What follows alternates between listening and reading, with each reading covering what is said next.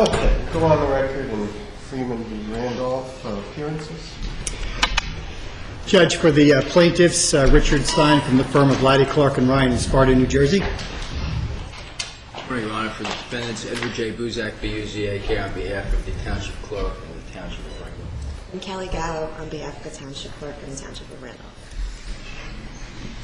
All right, I've had the opportunity to review the submissions in terms of the trial briefs as well as the deposition that have been provided to the court. Counsel wish to proceed with oral argument, mark into evidence the deposition testimony. Does that make sense to both sides? Yes, Your Honor. Yes, Your Honor. Okay. So that's what we'll do. So that we have a complete record, we will mark into evidence the depositions of the 17 individuals, which has been provided to the court. And we'll have them marked in evidence as joint exhibits, starting with J1. Okay? And I'll leave them right over here, Deidre, and you can mark those into evidence. And I have your legal arguments, which I've reviewed. Of course, the court has had its decision on the record with respect to the temporary restraining order back on August 29th. So with that in mind and the subsequent material that's been provided, I'll hear from counsel. Judge, thank you very much.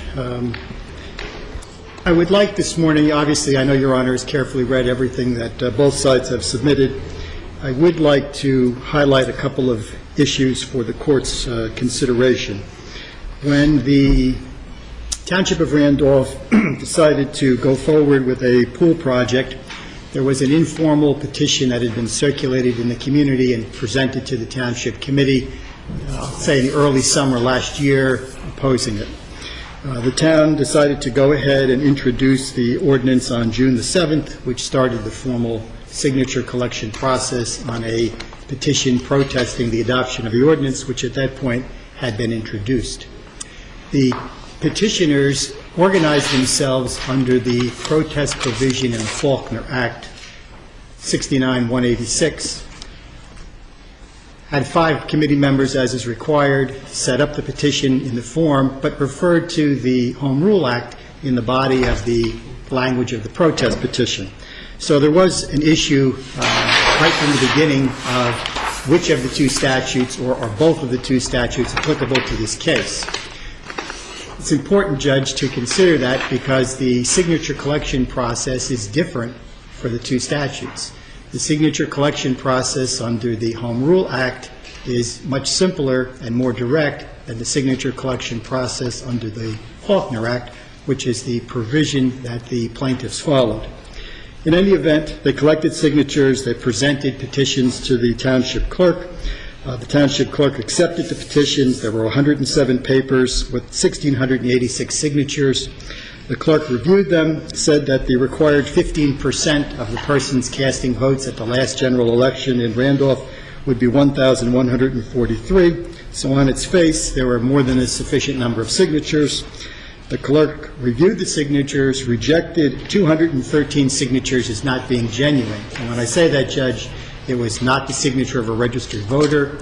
The address did not match the address listed on the voter roll. The signature was illegible. It was printed but not signed, a variety of reasons like that. Needless to say, we would still have 1,473 signatures. However, the clerk rejected the petition for a variety of legal reasons. The ordinance had not yet been passed. The clerk used the verification process set forth under the Faulkner Act in her understanding of it. The ordinance did not say the amount of the indebtedness, or excuse me, the petition did not say the amount of the indebtedness, and a variety of other reasons. The plaintiffs then had a meeting actually with some township officials, attempted to revise the petition, redo it, redid the petition, submitted it on August the 23rd. This time the petition had 1,763 signatures, of which the clerk rejected 225 as not being genuine.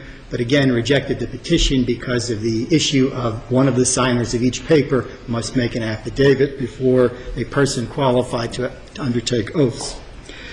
When we came before Your Honor on the order to show cause, I think that Your Honor was ready to rule right then and there that the township was incorrect, that the clerk was wrong, that you need to look at this in a common sense manner, that to follow the logic of the town, that the petitioners would have had to produce 125 signature collectors rather than 67 that they did produce, or alternatively, we could have used long sheets of paper to put all the signatures on, and that's not really what the law required. We had the initial order to show cause. Your Honor held everything for a brief period of time, allowed Mr. Buzak the opportunity to confer with the township. We had a case management conference here in person on September, I believe, the 12th. At that time, you were advised by Mr. Buzak that the matter was not, in fact, discussed with the Township Committee, that it was simply the clerk's position and the clerk only who determined that the matter would go forward. The Court did not agree with the understanding of Mr. Buzak and the Township with regard to that issue. However, at that point in time, Your Honor related back to the original order to show cause. When we were here on the original order to show cause, the defendants raised issues about the integrity of the signature collection process. And I think Your Honor's exact words were, where did this come from? Because there was nothing in either of the certifications executed by the township clerk which in any way questioned the signature collection integrity process.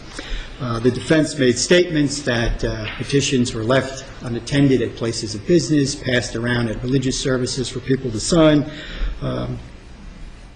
When we got back here on September the 12th, that issue was raised again. Other issues were mentioned.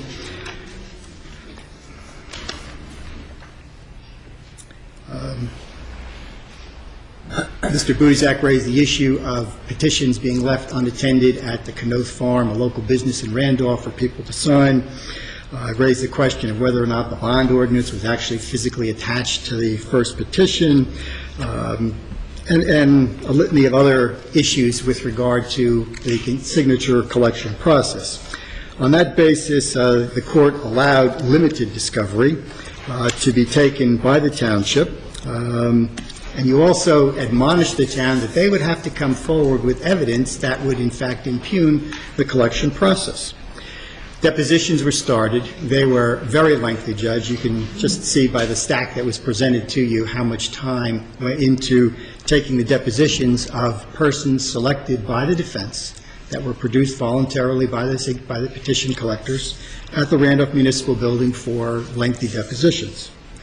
When we had our next conference on October the 15th, Mr. Buzak candidly said to you that the depositions so far had the witnesses flatly denying the allegations about the unattended petitions and being passed around at different groups, and that the township intended to come forward with affidavits that would refute that. When we had that conference, in particular, Mr. Buzak wanted to contact people who had signed petitions at the Kanoth Farm. He wanted to take Mr. Humphrey's deposition because it was told that Mr. Humphreys was saying false things to people who wanted to sign the petition. He wanted to take Laura Tango's deposition because supposedly she folded over the language of the protest petition so no one could see what they were actually signing, and on and on. We finished the depositions. The depositions produced no testimony whatsoever that would in any way impugn the effort that were made by a large group of volunteer persons to go out and collect these signatures.